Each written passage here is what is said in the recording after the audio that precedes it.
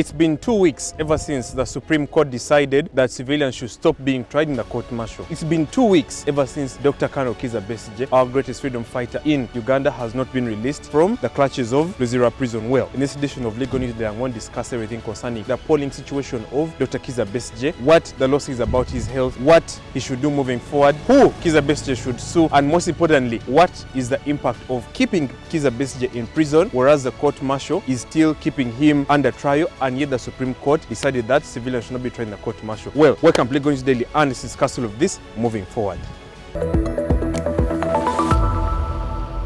Hello everyone, welcome back to Legal News Daily. I'm your host Terry Kahuma on this channel, and we'll straight to the point. We all know what is happening to Dr. Kizza Besigye, and his health condition is so appalling, and we're all worried about him. Now, what can Besigye do moving forward? Briefly, we all know that Besigye was taken up for illegal possession of firearms and is now being tried in the court-martial. However, the Supreme Court said that civilians should not be tried in the court-martial. Number one, what can Besigye do? He can sue the Kenyan government. Why? Because of something called an extradition treaty. What is an extradition treaty? It is an agreement, a binding agreement that two countries enter into, stating that if at all Uganda has a criminal in Kenya, a Ugandan citizen is a criminal in Kenya, then Kenya ought to extradite and transport that criminal back to Uganda, and therefore they can be tried in the Ugandan court system. Now, if Kizza Besigye, through his lawyers Martha Karua and Elias Lukwago, can prove that Uganda had an extradition treaty with Kenya and it exists, then Kizza Besigye can sue the Kenyan government for breach of an extradition treaty. Number two, he can also sue for what is called abduction. We all know that Kizza Besigye was illegally abducted by UPDF officials in Uganda. They drove to Kenya and abducted him. So Kizza Besigye can also sue for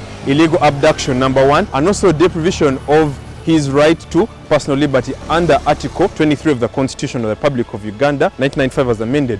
And most importantly, he can sue because the due process and procedure of arrest was not followed, because the Kenyan government should have gone into talks with the Ugandan government. The abductors or people who apprehended Besigye should have gone and spoken to him, told him, Besigye, you have the right to remain silent. Everything that you say will be used against you in a court of law. So therefore, Kizza Besigye should have been read to his rights under the Constitution of the Republic of Uganda. They should have followed due procedure of arrest under the Magistrates Court Act, under the Trial and Indictment Act, and most importantly, under what case law basically talks about. So he can sue for abduction. And most importantly, when we look at what the Supreme Court decision has said, it has said that please stop the trials of civilians in the court-martial. Now, we find that Kizza Besigye's case has just stalled there, because much as the Supreme Court decision said that court-martial should not try civilians, Kizza Besigye is still being incarcerated in Luzira prison, and therefore his health is deteriorating. Like I said in the previous video, under Objective 20 of the Constitution of the Republic of Uganda, every citizen's health should be taken as first priority by the government of Uganda. So therefore, if Kizza Besigye,